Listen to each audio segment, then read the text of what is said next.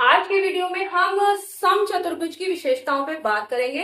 इससे पहले हम समांतर चतुर्भुज और चक्रीय चतुर्भुज की विशेषताओं को जान चुके हैं। तो चलिए सबसे पहले देखते हैं कि ये आकृति समचतुर्भुज है और समचतुर्भुज में ऐसी क्या विशेषता है।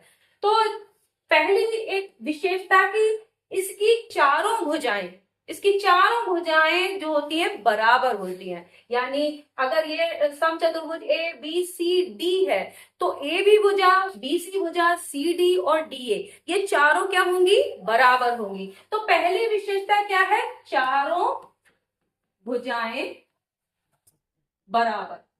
तो कोई भी अगर समचतुर्भुज है उसकी चारों भुजाएं बराबर होंगी और सम्मुख भुजाएं समांतर होंगी। सम्मुख भुजाएं समांतर का मतलब बीच की दूरी उनकी बराबर। सम्मुख भुजाएं कौन सी है? ए बी के सम्मुख क्या है?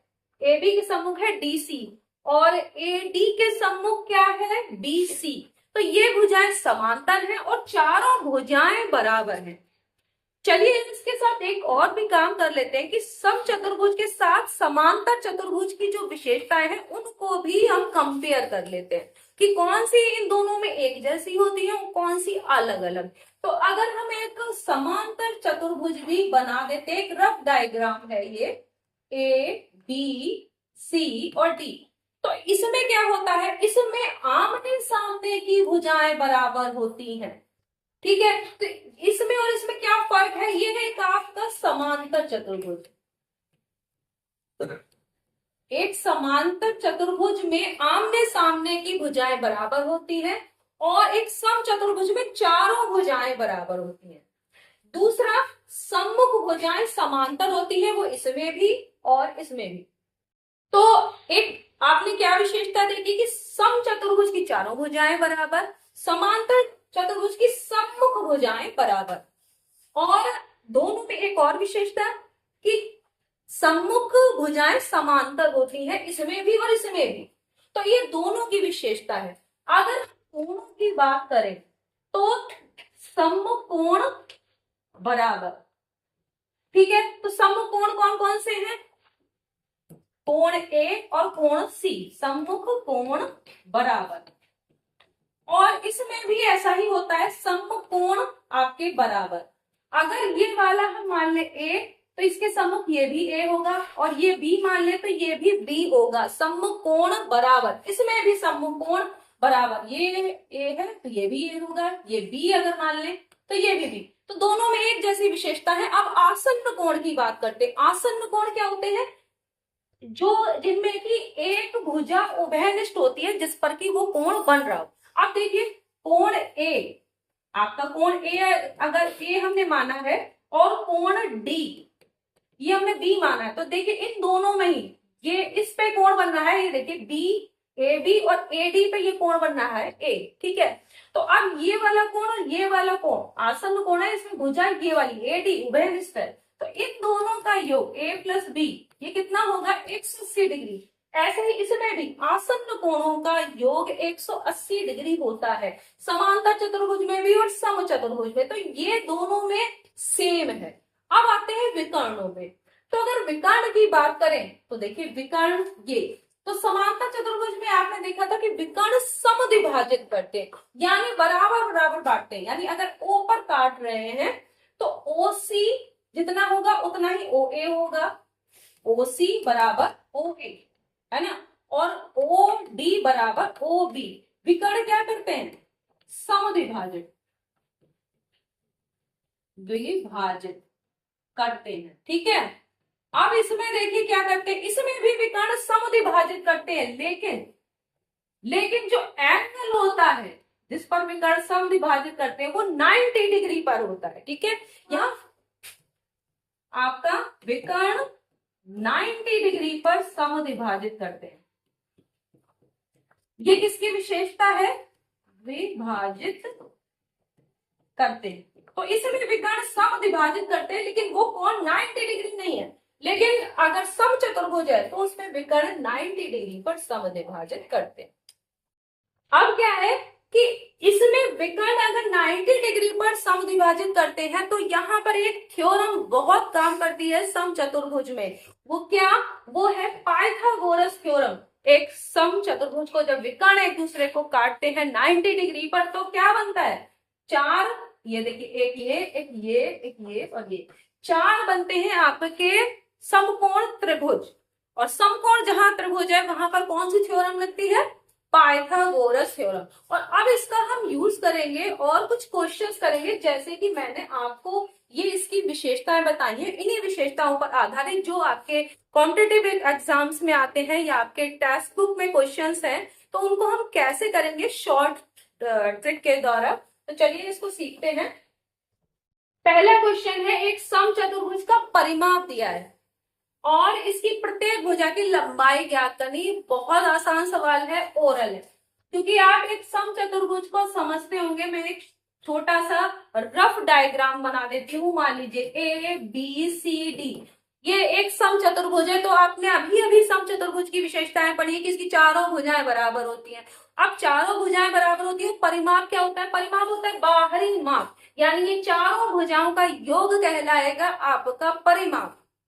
तो चारों भुजाओं का योग 40 दिया है, तो एक भुजा क्या होगी? अगर बराबर है तो आप वैसे भी निकाल लेंगे कि 10 सेंटीमीटर होगी। तो इसको करने जैसा कुछ नहीं है, आप ओरल कर सकते हैं, क्योंकि 10 को 4 बार आप जोड़ेंगे तो 40 हो ही जाएगा। तो आप इस तरीके से अगर लिखना हो तो आपका पेरीमीटर है 40 सेंटीमीटर।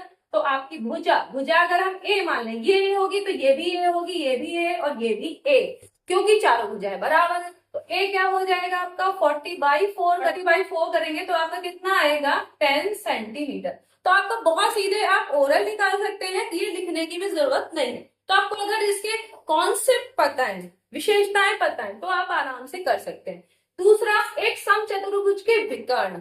तो अब ये भी मैंने आपको बताया था कि विकर्ण जो है वो 90 डिग्री पर समद्विभाजित करते हैं एक समचतुर्भुज के, और चारों भुजाएं बराबर होती है। विकर्ण दिए हैं आपका लंबा वाला, आप मान लेते हैं 16 सेंटीमीटर और 12 सेंटीमीटर। अब देखिए ये विकर्ण पहला मान ले D1, ये कितना दिया है? 16 सेंटीमीटर। और ये दूसरा वाला मान लेते हैं D2, ये कितना दिया है आपको? 12 सेंटीमीटर। इसका क्षेत्रफल, तो क्षेत्रफल निकालने का बिल्कुल आसान सा सूत्र है। अगर एक समचतुर्भुज का आपको कोई क्षेत्रफल निकालना विकर्ण दिया है तो आपको क्या करना है? 1/2 D1 इंटू D2, यानी दोनों विकर्णों का गुणा करके आधा कर दीजिए, ठीक है। और अगर ऐसे भी करना है तो 1/2 गुणा 16 गुणा 12, एक विकर्ण का आधा करके दूसरे से गुणा कर दीजिए। ये भी एक आसान तरीका है अगर आपको ओरल करना है। तो 16 का आधा करेंगे 8, इसका भी आधा कर सकते थे। तो 8 को 12 अट्ठे 96, 12 अट्ठे 96 होता है। तो आपका सीधे सीधे आ गया आपका 96, अब सेंटीमीटर टू सेंटीमीटर स्क्वायर हो गया। तो आप ऐसा भी कर सकते हैं कि एक विकर्ण कोई से का भी आधा कर दीजिए और दूसरे से गुणा कर दीजिए, तो हाफ D1 इंटू D2 ये हो जाएगा आपका, है ना। तो ये बहुत आसानी से निकल आया। अगर आपको विकर्ण दोनों दिए हैं तो आप एरिया आराम से यानी क्षेत्रफल निकाल सकते हैं। अगले पे आते हैं, एक समचतुर्भुज का परिमाप। अब परिमाप दिया तो भुजा आराम से आप निकाल सकते हैं, इसका चौथाई कर दीजिए तो भुजा आ जाएगी, जैसे कि हमने पहले वाले सवाल में किया था। तो अगर हम फिर से रफ एक डायग्राम बनाएंगे, ए बी सी डी, परिमाप 40 है, तो परिमाप 40 है तो भुजा ए बराबर कितनी होगी? 10 सेंटीमीटर। तो आपको समझ में आ गया। और हर भुजा आपकी कितनी होगी? 10 सेंटीमीटर। तो अब ये हो गया, विकर्ण की लंबाई एक 16 है। अब देखिए ध्यान दीजिएगा, अगर पूरे विकर्ण की लंबाई 16 है तो मैंने क्या बताया था कि समचतुर्भुज के विकर्ण एक दूसरे को समद्विभाजित करते हैं, वो भी 90 डिग्री पर।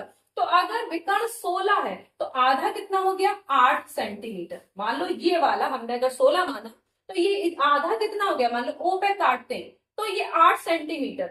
भुजा आपकी ये 10 है तो ये भी क्या होगी? 10 सेंटीमीटर। ये 8 ये 10। और मैंने क्या बताया था कि जो आपका समचतुर्भुज है उसके विकर्ण 4 समकोण त्रिभुजों में विभाजित करते हैं। तो आपका ये समकोण त्रिभुज है, क्या है? समकोण त्रिभुज। और समकोण त्रिभुज है तो क्या लगेगा, पाइथागोरस थ्योरम।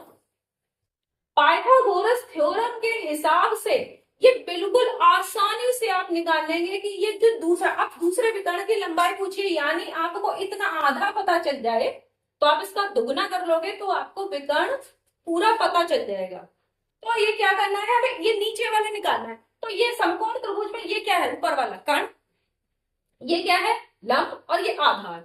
आधार निकालना है तो आपको एक पाइथागोरियन ट्रिपलेट पता होगा, 6 8 10। 8 और 10 दिया तो ये 6 होगा, ये ओरल कर सकते हैं आप। क्यों, क्योंकि समकोण त्रिभुज में कर्ण का वर्ग यानी 10 का वर्ग किसके बराबर होगा, लंब के वर्ग प्लस आधार का वर्ग। आधार 6 होगा अगर, तो 6 का वर्ग 36 और 8 का वर्ग 64, 100 के बराबर हो गया कि नहीं। 36 और 64 आप जोड़ेंगे कितना हो गया, 100। तो ये हो रहा है पाइथागोरस थ्योरम से। तो आप डायरेक्ट इसको समझ सकते हैं कि इसको निकालने की भी जरूरत नहीं है। 6 8 10 पाइथागोरियन ट्रिपलेट है, यानी पाइथागोरियन त्रिक। एक भुजा अगर कर्ण 10 है और लंब 8 है तो आपका आधार कितना, 6 होगा, क्योंकि तभी तो आपका इन दोनों का वर्गों का योग इसके बराबर होगा कर्ण के वर्ग के। ये हो गया आपका। अब आपने 6 निकाल लिया, क्या, ओसी की लंबाई। ओसी क्या है, विकर्ण का आधा, है ना। तो पूरा आपका एसी, ओसी है आपका कितना, 6 सेंटीमीटर, तो एसी क्या होगा आपका 12 सेंटीमीटर, क्योंकि ओसी बराबर ओ ए होगा, क्योंकि विकर्ण समद्विभाजित करते हैं। तो आपने डायरेक्ट, आपको पता नहीं ओरल सवाल है, अगर आपको पाइथागोरस थ्योरम आती है, पाइथागोरस ट्रिपलेट के बारे में पता है, तो ये आपका ओरल है। एक समचतुर्भुज का परिमाप, आपको फिर से वही दिया है परिमाप। अगर परिमाप दिया है तो क्या होगा, भुजा 52 अगर सेंटीमीटर परिमाप है तो 13 भुजा होगी, 13 चौक 52। आपको ये वैसे ही पता चल जाएगा। तो हर भुजा कितनी होगी, 13 सेंटीमीटर। जहां परिमाप दिया हो आप तुरंत जान जाओगे कि भुजा आपकी उसकी चौथाई होगी। ठीक है, आपने निकाल ली। एक विकर्ण दिया है तो समचतुर्भुज की ऊंचाई बतानी है। आप कैसे निकालेंगे, देखिए एक विकर्ण आपको कितना दिया हुआ है, ये देखिए 2 विकर्ण हमारे हैं, एक विकर्ण हमने 10 ले लिया। ठीक है, तो एक विकर्ण अगर 10 है, मान लीजिए छोटा वाला 10 मान लेते हैं, तो इसका आधा कितना होगा, क्योंकि जो समचतुर्भुज है उसके विकर्ण समद्विभाजित करते हैं, तो आधा कितना हो जाएगा 5। अगर ये हमने 10 माना तो आधा कितना हो गया 5 सेंटीमीटर। हम यहाँ पे नहीं लिख रहे हैं, वैसे लिख लें, छोटा छोटा सा लिख दिया है। ये 13 है तो ये 13। अब इसके हिसाब से अब मैं डायरेक्ट बता दूं आपको, 5 12 13 पाइथागोरियन ट्रिपलेट है, क्योंकि 5 का वर्ग और प्लस 12 का वर्ग बराबर होता है 13 का वर्ग। 5 का वर्ग 25 प्लस 144, ये 169 के बराबर होगा कि नहीं होगा, जोड़ के देख लीजिए। तो ये यहाँ पे कितना हो गया, 12 हो गया कि नहीं। ये 12 है तो पूरा आपका बीडी विकर्ण कितना हो जाएगा, 24 हो जाएगा कि नहीं, भाई दुगना हो जाएगा। आपका ओबी कितना निकल के आया, 12, तो आपका बीडी बराबर कितना होगा, 24 सेंटीमीटर। अब आपको दोनों विकर्ण पता चल गए, एक 10 सेंटीमीटर एक 24 सेंटीमीटर। समचतुर्भुज की ऊंचाई कैसे निकालेंगे, इसमें क्या है कि एक तो आपने एरिया का फॉर्मूला पढ़ा था, 1/2 d1 इंटू dt, ये किया था। और क्योंकि हमें ऊंचाई पूछी हमसे और हमें d1 d2 पता चल गया, तो एक दूसरा फॉर्मूला एरिया का होता है आधार गुणा ऊंचाई, यानी बेस इंटू हाइट। और ये किसके, ये भी एरिया का फॉर्मूला और ये भी एरिया का फॉर्मूला, इन दोनों को बराबर रख दीजिए, d1 इंटू d2।